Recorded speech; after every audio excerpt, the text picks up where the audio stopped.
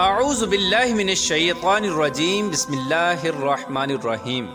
اللہ تبارک و تعالیٰ کے نام سے شروع جو بڑا مہربان اور نہایت رحم کرنے والا ہے۔ پیارے دوستو، جب اللہ تبارک و تعالیٰ نے حضرت آدم علیہ السلام کو اپنے دست قدرت سے تخلیق فرمایا اور حضرت آدم علیہ السلام کو تخلیق فرمانے کے بعد جنت میں داخل فرما دیا، اور ادھر شیطان مردود جس نے حضرت آدم علیہ السلام کو تکبر کی وجہ سے سجدہ نہ کیا، اس کو اللہ تبارک و تعالیٰ نے ہمیشہ کے لیے اپنی بارگاہ سے مردود قرار دے دیا۔ پیارے دوستو، آج کی اس ویڈیو میں ہم آپ کو بتائیں گے کہ حضرت آدم علیہ السلام کی پسلی سے اللہ تبارک و تعالیٰ نے عورت کو کس طرح پیدا کیا، اور اماں حوا رضی اللہ تعالی عنہ کی پیدائش کس طرح ہوئی، اور حضرت آدم علیہ السلام اور اماں حوا رضی اللہ تعالی عنہ کی شادی کیسے ہوئی، اور اللہ تبارک و تعالیٰ نے حضرت آدم علیہ السلام کی شادی کا حق مہر کون سا رکھا، اور ادھر شیطان نے عورت کے ذریعے حضرت آدم علیہ السلام سے اپنی دشمنی کا بدلہ کس طرح لیا، اور حضرت آدم علیہ السلام کو کس طرح جنت سے زمین پر اتارا گیا، اور حضرت آدم علیہ السلام اور اماں حوا رضی اللہ تعالی عنہ جنت میں کتنی دیر تک رہے، اور جب حضرت آدم علیہ السلام زمین پر تشریف لائے تو اپنے ساتھ کون کون سی چیزیں لے کر آئے۔ پیارے دوستو، ان تمام تر سوالات کے جوابات قرآن و حدیث کی روشنی میں آج کی اس ویڈیو میں ہم آپ کو بتائیں گے، لہٰذا آپ سے گزارش ہے کہ ہماری اس ویڈیو کو اینڈ تک ضرور دیکھیے گا۔ پیارے دوستو، تخلیق آدم کے بعد جب حضرت آدم علیہ السلام جنت کے اندر تشریف لائے تو جنت میں اللہ تبارک و تعالیٰ کی تمام تر نعمتیں اور آسائشیں موجود تھی، لیکن اس کے باوجود بھی حضرت آدم علیہ السلام جنت کے اندر تنہائی محسوس کرنے لگے اور اداس رہنے لگے۔ تو اللہ تبارک و تعالیٰ نے حضرت آدم علیہ السلام کی اداسی اور تنہائی کو دور کرنے کے لیے حضرت اماں حوا رضی اللہ تعالی عنہ کو پیدا کیا۔ حضرت ابن عباس رضی اللہ تعالی عنہ روایت کرتے ہیں کہ حضرت آدم علیہ السلام ایک دن جنت میں سو رہے تھے کہ اللہ تبارک و تعالیٰ نے ان کی چھوٹی پسلی سے حضرت حوا رضی اللہ تعالی عنہ کو پیدا فرما دیا۔ جب حضرت آدم علیہ السلام نیند سے بیدار ہوئے تو حضرت آدم علیہ السلام نے اپنے پاس ایک عورت کو پایا جو کہ ان سے ملتی جلتی مخلوق تھی۔ پیارے دوستو، روایات میں آتا ہے کہ جب حضرت آدم علیہ السلام نے اپنے جیسی خوبصورت مخلوق کو اپنے پاس لیٹا ہوا دیکھا تو ان کی طرف اپنا ہاتھ مبارک بڑھانے کا ارادہ فرمایا، تو اس وقت فرشتوں نے عرض کیا کہ ٹھہر جائیے، پہلے آپ ان کا حق مہر ادا کریں۔ تو حضرت آدم علیہ السلام نے فرشتوں سے پوچھا کہ ان کا حق مہر کیا ہے، تو فرشتوں نے عرض کیا کہ ان کا حق مہر یہ ہے کہ آپ ہمارے آقا حضرت محمد مصطفیٰ صلی اللہ تعالی علیہ وآلہ وسلم پر 10 مرتبہ درود پاک پڑھیں۔ چنانچہ حضرت آدم علیہ السلام جب جنت میں داخل ہوئے تھے تو آپ نے پہلے ہی جنت کے مختلف مقامات پر جگہ جگہ پر حضرت محمد مصطفیٰ صلی اللہ تعالی علیہ وآلہ وسلم کا اسم گرامی لکھا ہوا دیکھا تھا، کیونکہ حضرت محمد مصطفیٰ صلی اللہ تعالی علیہ وآلہ وسلم اللہ تبارک و تعالیٰ کے محبوب ہیں، اور اللہ تبارک و تعالیٰ نے اپنے محبوب کے نام سے جنت کو مزین فرمایا تھا۔ چنانچہ حضرت آدم علیہ السلام نے آپ صلی اللہ تعالی علیہ وآلہ وسلم کی ذات اقدس پر درود پاک پڑھا، اور اس طرح حضرت آدم علیہ السلام اور اماں حوا رضی اللہ تعالی عنہ کا نکاح ہوا۔ پیارے دوستو، روایات میں آتا ہے کہ حضرت آدم علیہ السلام اور اماں حوا رضی اللہ تعالی عنہ 60 سال تک جنت میں رہے، لیکن ان کو حق زوجیت ادا کرنے کا حکم نہ تھا اور نہ ہی بچے پیدا کرنے کا حکم تھا۔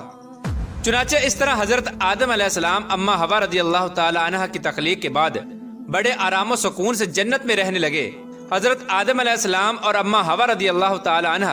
جتنا عرصہ بھی جنت میں رہے، اس عرصے کے دوران ان دونوں پر جنت میں کسی بھی مقام پر جانے کی کوئی پابندی نہ تھی،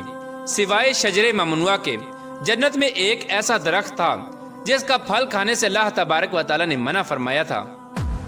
جیسے ہی اللہ تبارک و تعالیٰ نے حضرت آدم علیہ السلام اور اماں حوا رضی اللہ تعالی عنہ کو اس شجر ممنوعہ کے قریب جانے سے منع فرمایا تو ادھر شیطان مردود کو حضرت آدم علیہ السلام سے بدلہ لینے کا موقع مل گیا۔ چنانچہ شیطان مردود حضرت آدم علیہ السلام سے بدلہ لینے کے لیے دن رات کوششیں کرنے لگا۔ شیطان مردود کی شدید خواہش تھی کہ حضرت آدم علیہ السلام اللہ تبارک و تعالیٰ کی نافرمانی کریں اور سزا کے مستحق قرار پائیں۔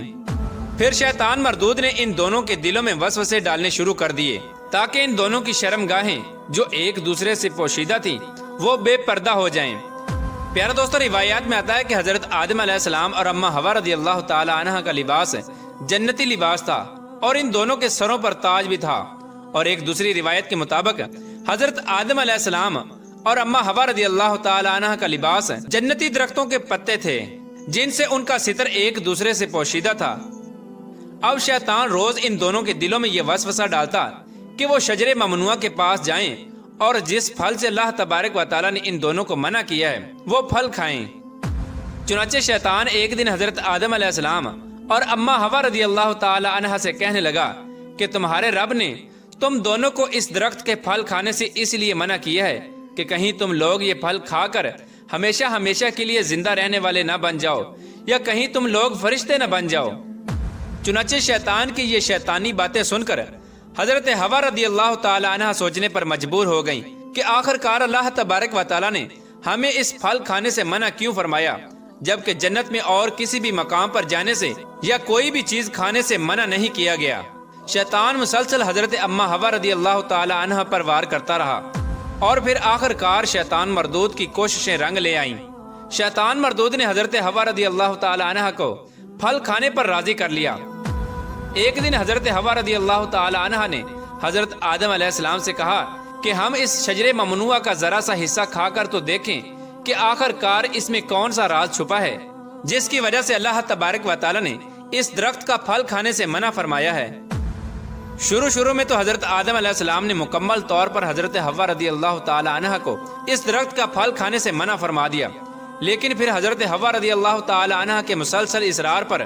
حضرت آدم علیہ السلام بھی اس پھل کو کھانے پر راضی ہو گئے۔ آخر کار حضرت آدم علیہ السلام اور حضرت حوا رضی اللہ تعالی عنہ اس شجر ممنوعہ کا پھل کھانے لگے۔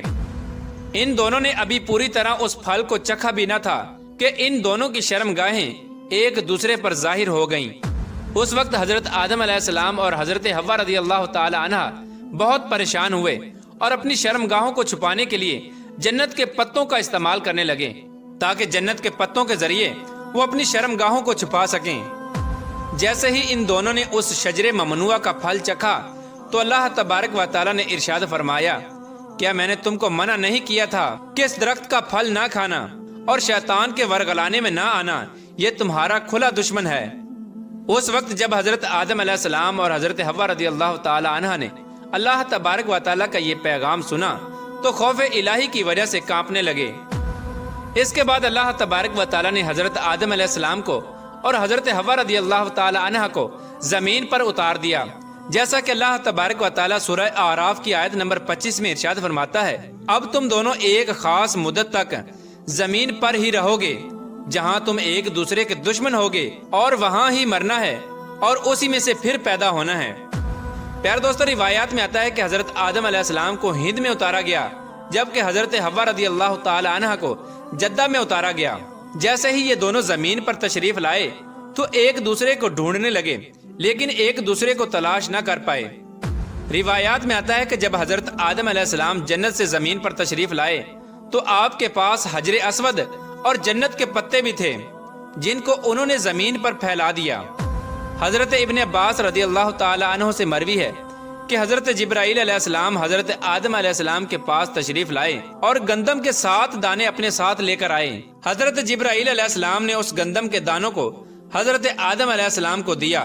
تو حضرت آدم علیہ السلام پوچھنے لگے کہ یہ کیا ہے؟ تو حضرت جبرائیل علیہ السلام نے عرض کیا، یہ اس درخت کا پھل ہے جس سے آپ کو روکا گیا تھا لیکن آپ نے تناول فرما لیا۔ تو اس وقت حضرت آدم علیہ السلام نے فرمایا کہ اب میں اس کا کیا کروں؟ تو حضرت جبرائیل علیہ السلام نے عرض کی کہ ان دانوں کو زمین میں بو دیجئے۔ حضرت علامہ ابن کثیر لکھتے ہیں کہ حضرت آدم علیہ السلام سے جو خطا ہوئی تو حضرت آدم علیہ السلام اس خطا کی معافی کے لیے اللہ تبارک و تعالیٰ کی بارگاہ میں ایک کثیر عرصے تک روتے رہے اور اللہ تبارک و تعالیٰ سے اپنی خطا کی معافی مانگتے رہے۔ چنانچہ ایک دن اللہ تبارک و تعالیٰ کو حضرت آدم علیہ السلام کی گریہ زاری پر رحم آیا تو اللہ تبارک و تعالیٰ نے حضرت جبرائیل علیہ السلام کو حضرت آدم علیہ السلام کی طرف بھیجا کہ جاؤ اور حضرت آدم علیہ السلام کو معافی کی خوشخبری سناؤ۔ جب حضرت جبرائیل علیہ السلام نے آ کر حضرت آدم علیہ السلام کو اللہ تبارک و تعالیٰ کا یہ پیغام پہنچایا کہ اللہ تبارک و تعالیٰ نے آپ کی خطا کو معاف فرما دیا ہے تو حضرت آدم علیہ السلام بہت زیادہ خوش ہوئے اور اللہ تبارک و تعالیٰ کی بارگاہ میں سجدہ شکر ادا کرنے لگے۔ پھر اس کے بعد حضرت آدم علیہ السلام کو لے کر حضرت جبرائیل علیہ السلام مکہ مکرمہ میں آئے، جہاں پر حضرت آدم علیہ السلام نے کعبہ شریف کی بنیاد رکھی اور حجر اسود کو کعبہ کی دیوار میں نصب کیا۔ پھر اس کے بعد حضرت آدم علیہ السلام نے کعبہ کے ارد گرد طواف فرمایا۔ جب آپ طواف سے فارغ ہوئے تو حضرت جبرائیل علیہ السلام حضرت آدم علیہ السلام کو جبل عرفات کی طرف لے گئے۔ وہاں پر آپ کی ملاقات حضرت حوا رضی اللہ تعالی عنہ سے ہوئی، لیکن طویل عرصے کی جدائی کی وجہ سے اور جسمانی بناوٹ کے تغیرات کی وجہ سے آپ ایک دوسرے کو پہچان نہ سکے۔ پھر حضرت جبرائیل علیہ السلام نے ان دونوں کا تعارف کروایا۔ اس وقت آپ دونوں بہت خوش ہوئے۔ پیارے دوستو، یہی وہ وقت تھا جب دنیا میں سب سے پہلی مرتبہ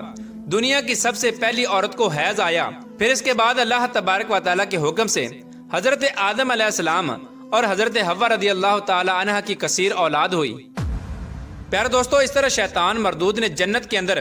حضرت آدم علیہ السلام سے بدلہ لینے کے لیے عورت کو ورگلایا، اور شیطان مردود ہمیشہ سے انسان کو بہکانے کے لیے عورتوں کا استعمال کرتا ہے، جیسا کہ اللہ تبارک و تعالیٰ قرآن پاک میں ارشاد فرماتا ہے کہ بے شک عورتیں شیطان کی رسیاں ہیں۔ اللہ تبارک و تعالیٰ سے دعا ہے کہ اللہ تبارک و تعالیٰ شیطان مردود کے شر سے ہمیں بچائے اور ہمیشہ نیک لوگوں کے راستے پر چلنے کی توفیق عطا فرمائے، اور اپنے پیارے حبیب حضرت محمد مصطفیٰ صلی اللہ تعالی علیہ وآلہ وسلم کی محبت کے اندر جینا مرنا نصیب فرمائے۔